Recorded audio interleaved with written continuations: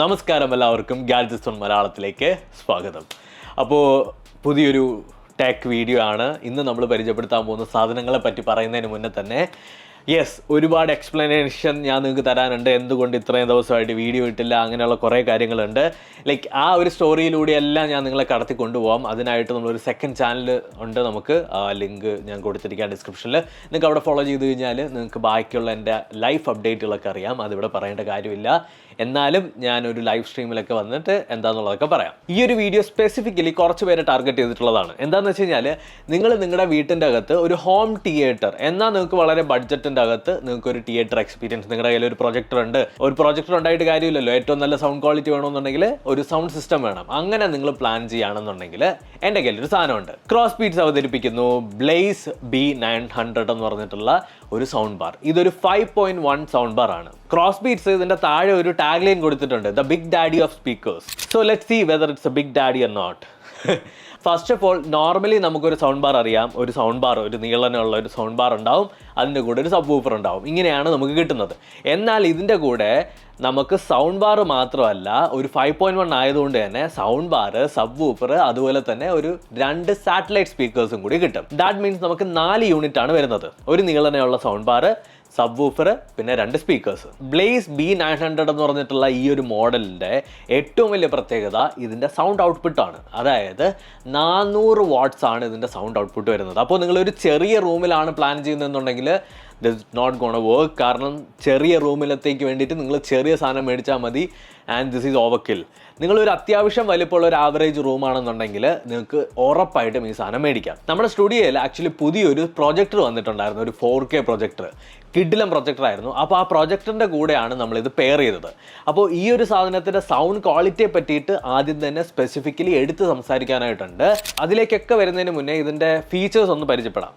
അതേപോലെ പ്രൈസിൻ്റെ കാര്യം പറയണമെന്നുള്ളത് എനിക്കറിയാം, പക്ഷേ പ്രൈസ് പറയുന്നത് അവസാനമായിരിക്കും, കാരണം നിങ്ങൾക്കൊരു കൂപ്പൺ കോഡ് തരാനുണ്ട്. അതുപോലെ തന്നെ നമുക്ക് ഒരു റിമോട്ട് കൺട്രോൾ കൂടി ഉണ്ടാവും. അപ്പോൾ നിങ്ങൾക്ക് കംപ്ലീറ്റ് ആയിട്ടുള്ള ഈ ഒരു സൗണ്ട് ബാറിൻ്റെ കൺട്രോൾസ് നിങ്ങൾക്ക് ഈ റിമോട്ടിൽ ചെയ്യാവുന്നതാണ്. 3 സൗണ്ട് മോഡുകളാണ് ഇതിനകത്ത് വരുന്നത്. അതായത് മ്യൂസിക്, മൂവീസ്, ന്യൂസ്. ഈ ന്യൂസ് എന്ന് പറഞ്ഞിട്ടുള്ള ആ ഒരു കാറ്റഗറി എനിക്ക് വലിയ പിടികിട്ടിയില്ല, കാരണം ഞാൻ ന്യൂസ് ഒന്നും കാണാത്തതുണ്ട്. പക്ഷേ സ്റ്റിൽ നിങ്ങൾക്ക് മ്യൂസിക് ആണ് പ്ലേ ചെയ്യേണ്ടതെന്നുണ്ടെങ്കിൽ നിങ്ങൾക്ക് മ്യൂസിക് മോഡ് ഇട്ടിട്ട് വേണം നിങ്ങൾ പാട്ട് പ്ലേ ചെയ്യേണ്ടത്. നിങ്ങൾ മൂവീസ് ആണ് പ്ലേ ചെയ്യുന്നതെന്നുണ്ടെങ്കിൽ മൂവി മോഡ് വേണം നിങ്ങൾ ഉപയോഗിക്കാനായിട്ട്. മൾട്ടി പോർട്ട് കണക്ടിവിറ്റിയാണ് ഇതിനകത്ത് വരുന്നത്. നമുക്ക് ബ്ലൂടൂത്തിൽ കണക്ട് ചെയ്യാൻ പറ്റും, USB-യിൽ കണക്ട് ചെയ്യാൻ പറ്റും, ഓക്സ് കേബിൾ വഴി കണക്ട് ചെയ്യാൻ പറ്റും, ഒപ്റ്റിക്കലും അതുപോലെ തന്നെ HDMI ARCയും കൂടി നമുക്കിതിനെ സപ്പോർട്ട് ചെയ്യുന്നുണ്ട്. നിങ്ങളിപ്പോൾ പ്ലേ സ്റ്റേഷൻ അല്ലെങ്കിൽ നിങ്ങളുടെ കമ്പ്യൂട്ടറുമായിട്ട് കണക്ട് ചെയ്യുകയാണെന്നുണ്ടെങ്കിൽ HDMI ARC തന്നെ ഉപയോഗിക്കാൻ ശ്രമിക്കുക. നിങ്ങൾക്ക് ബ്ലൂടൂത്ത് വഴി കണക്ട് ചെയ്ത് കഴിഞ്ഞാൽ നിങ്ങളുടെ ഫോണുകളൊക്കെ പെയർ ചെയ്യാനായിട്ട് യൂസ് ചെയ്യാം. നിങ്ങളിപ്പോൾ പ്രൊജക്ടറുമായിട്ടാണ് കണക്ട് ചെയ്യുന്നതെന്നുണ്ടെങ്കിലും HDMI ARC തന്നെ ഉപയോഗിക്കാം. നിങ്ങളുടെ പ്രൊജക്ടറിൽ HDMI ARC വേണം, എന്നാലേ കണക്ട് ചെയ്യാൻ പറ്റുള്ളൂ കേട്ടോ. പിന്നെ എടുത്ത് പറയാനായിട്ടുള്ളത് ഒരു DSP ഇവർ പ്രൊവൈഡ് ചെയ്തിട്ടുണ്ട്. That means digital signal processors. DSPയുടെ പർപ്പസ് എന്താണെന്ന് വെച്ച് കഴിഞ്ഞാൽ, മേജർലി DSP എന്ന് പറഞ്ഞിട്ടുള്ള സാധനം ഒരു സ്പീക്കറിലുണ്ടെങ്കിൽ അല്ലെങ്കിൽ ഒരു സംഗതിയിലുണ്ടെങ്കിൽ എന്താണ് ചെയ്യുന്നതെന്ന് വെച്ച് കഴിഞ്ഞാൽ, റിയൽ വേൾഡ് സിഗ്നൽസ്, അതായത് വോയിസ് ആവട്ടെ, ഓഡിയോ ആവട്ടെ, അതുപോലെ തന്നെ വീഡിയോസ് ആവട്ടെ, ടെമ്പറേച്ചർ ആവട്ടെ, പ്രഷർ ആവട്ടെ, ഇങ്ങനെയുള്ള റിയൽ ലൈഫായിട്ട് നമ്മൾ എക്സ്പീരിയൻസ് ചെയ്യുന്ന സാധനങ്ങളെല്ലാം ഡിജിറ്റലൈസ് ചെയ്ത് മാത്തമാറ്റിക്കലി അതിനെ മാനിപ്പുലേറ്റ് ചെയ്തെടുക്കും. സോ ദാറ്റ് മീൻസ് DSP ഉള്ള ഒരു സ്പീക്കർ നോർമൽ സ്പീക്കറിനെ വെച്ച് കമ്പയർ ചെയ്യുന്ന സമയത്ത് ഭയങ്കര വലിയ സൗണ്ട് ഡിഫറൻസ് ഉണ്ടാകും ക്വാളിറ്റിയുടെ കാര്യത്തിൽ. ഇതിൻ്റെ സൗണ്ടിൻ്റെ വോളിയം അല്ല ഞാൻ പറയുന്നത്, ബേസ് അല്ല ഞാൻ പറയുന്നത്. ലൈക്ക് നമ്മളിപ്പോൾ ഫോർ എക്സാമ്പിൾ നമ്മളിപ്പോൾ ഒരു വീഡിയോ കണ്ടുകൊണ്ടിരിക്കുകയാണ്, വീഡിയോയ്ക്കകത്ത് ഒരു പിന്ന് ഡ്രോപ്പായി, അല്ലെങ്കിൽ ആ വീഡിയോയ്ക്കകത്ത് ഒരാൾ ഒരു ജഗ്ഗിൽ നിന്ന് വെള്ളം വേറൊരു ഗ്ലാസ്സിലേക്ക് മാറ്റുന്നുണ്ട്. അപ്പോൾ ആ ഒരു സൗണ്ടെല്ലാം വളരെ ക്രിസ്റ്റൽ ക്ലിയർ ആയിട്ട് കുറച്ചുകൂടി റിയൽ ലൈഫായിട്ട് നമുക്ക് ഫീൽ ചെയ്യും. ഇനിയാണ് നിങ്ങൾ എൻ്റെ അടുത്ത് ചോദിക്കുന്ന ക്വസ്റ്റ്യൻ, ശരിക്കും സൗണ്ടിങ് എങ്ങനെയുണ്ട് എന്നുള്ളത്. ഫസ്റ്റ് ഓഫ് ഓൾ, എനിക്കിതിൻ്റെ സൗണ്ട് വോളിയം ലെവൽ ഭയങ്കര കൂടുതലായിട്ട് തോന്നി. എൻ്റെ റൂമിൽ കുറച്ച് ഓവർക്കില്ലായിരുന്നു, ബട്ട് ഇറ്റ് വാസ് ഓക്കെ. നമുക്കൊരു 50% ഒക്കെ വെച്ചാൽ മതി, അത്യാവശ്യം നല്ല വോളിയം കിട്ടും. ബേസ് വന്നിട്ട് ഭയങ്കര ഇൻറ്റൻസ് ആയിട്ടുള്ള ബേസാണ്. ഫസ്റ്റ് ഓഫ് ഓൾ, ഞാൻ നിങ്ങളുടെ അടുത്ത് പലപ്പോഴും പറഞ്ഞിട്ടുണ്ട്, പേഴ്സണലി എനിക്ക് കുറച്ച് ബേസ് കുറഞ്ഞതാണ് ഇഷ്ടം. പക്ഷേ നിങ്ങൾ ബേസ് ഭയങ്കരമായിട്ട് ഇഷ്ടപ്പെടുന്ന ആളാണെന്നുണ്ടെങ്കിൽ ഡെഫിനറ്റ്ലി ഗെറ്റ് ഇറ്റ്. അതുപോലെ തന്നെ ടോൺ ക്വാളിറ്റിയാണ് ഇതിനകത്ത് എനിക്ക് ഏറ്റവും ഇമ്പ്രസീവായിട്ട് തോന്നിയത്. Tone quality is too good.